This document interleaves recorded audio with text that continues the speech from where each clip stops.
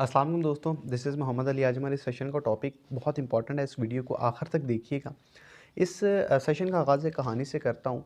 रफ़ीक साहब को अल्लाह ताला ने 10 साल के बाद बेटा दिया। चूँकि वो 10 साल के बाद हुआ था, वो बहुत ज़्यादा लाडला था। जिस तरह आम वालिदैन अपने बच्चे के साथ लाड करते हैं, उसी तरह रफ़ीक साहब भी अपने बच्चे के साथ बहुत ज़्यादा लाड करते थे।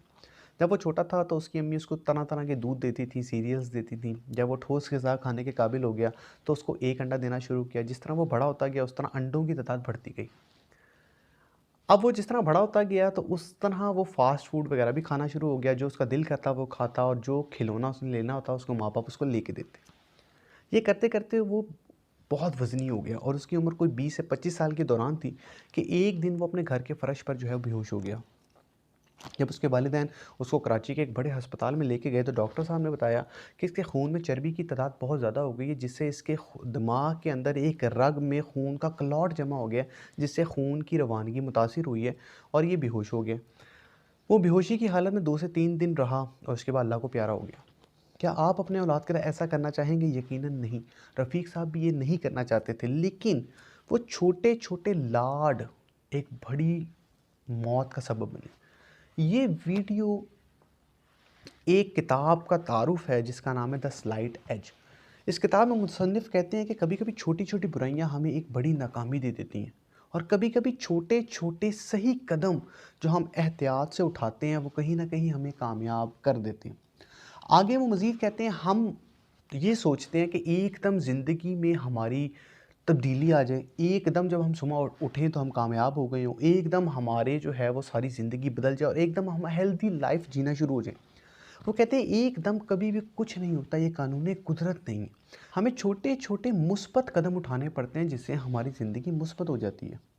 मिसाल के तौर पे अगर आप चाहते हैं कि आप हेल्दी लाइफ़ जीना चाहते हैं, तो आप ये करते हैं कि आप अपने घर का टीवी बंद कर देते हैं, सेल फ़ोन बच्चों से ले लेते हैं और एकदम बच्चों को पार्क्स में लेके जाते हैं, बीवी के साथ कैंडल लाइट डिनर करते हैं और आप ये सोचते हैं कि कुछ माह के बाद आपकी ज़िंदगी बहुत अच्छी हो जाए, ऐसा नहीं होगा।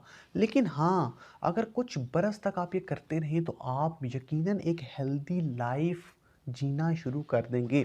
लेकिन अगर आप ये सोचें कि इसके असरात मुझे महीने बाद या 2 महीने बाद ही नज़र आना शुरू हो जाएँ, तो ऐसा नहीं होगा और आप कहीं न कहीं डीमोटिवेट हो जाएँगे। क्योंकि हमने जो अपना टारगेट होता है वो बहुत कम अरसे के लिए और बहुत महदूद बनाया होता है, जिसकी वजह से जब वो हमें असरात मिलते नहीं हैं, हम डिमोटिवेट हो जाते हैं और उस काम को कहीं न कहीं करना छोड़। इसकी मिसाल आप कुछ ऐसे ले लिए कि अगर एक खिलाड़ी चैंपियन बनता है तो उसके पीछे रोज़ाना की मेहनत होती है जो वो करता है और वो सालों की मेहनत उसको चैंपियन बनाती है। वो छोटी-छोटी प्रैक्टिस होती है जो एक दिन उसको एक चैंपियन बनाती है। मिसाल के तौर पे आप हेल्दी लाइफ़ जीना चाहते हैं और आप ये कहें कि आप एकदम जो है बच्चों को पार्क्स लेके जाएँगे, सेल फ़ोन छुड़वा देंगे, टीवी बंद कर देंगे और अगर आप अपनी बीवी के साथ कैंडल लाइट डिनर करेंगे तो ये तो बहुत आसान है। लेकिन याद रखिएगा ये जो सुनने में जितना आसान लग रहा है ये प्रैक्टिकली इतना आसान होता नहीं है। ये आसान के धोखे में नहीं आएगा। जो चीज़ें हमें आसान लग रही होती हैं उनको ना ना करना उससे भी ज़्यादा आसान होता है। ये बड़ा इंपॉर्टेंट पॉइंट है। मिसाल के तौर पे इसकी मिसाल मैं ऐसे देता हूँ, एक खिलाड़ी अगर चैंपियन बनता है तो उसके पीछे कई बरसों की मेहनत और प्रैक्टिस होती है जिसकी वजह से वो चैंपियन बनता है। इसकी दूसरी मिसाल मैं ऐसे देता हूँ, मिसाल के तौर पे अगर आप दिन में 10 सफ़े पढ़ते हैं और ये बड़ी आसान बात आपको लगती है कि दिन में अगर आप 10 सफ़े पढ़ें, लेकिन ये इससे भी आसान है कि अगर आप वो 10 सफ़े ना पढ़ें तो हम अमूमन दूसरी किस्म का काम जो ना पढ़ने वाला है उसको आसान समझते हैं और उसको नहीं करते। एक मिसाल के तौर पे अगर आप 10 सफ़े रोज़ के पढ़ते हैं और आप कहते हैं कि आप महीने बाद फ़िलॉसफ़र बन जाएँ तो ऐसा नहीं होगा। अगर आप ये कहते हैं कि आप महीने के बाद सुकरात बन जाएँगे तब भी ऐसा कुछ नहीं होगा। लेकिन अगर हाँ, आप रोज़ाना के 10 सफ़े पढ़ते हैं तो 1 साल के बाद आप 3600 सफ़हात ख़त्म कर लेंगे और उसका मुतालिया कर लेंगे।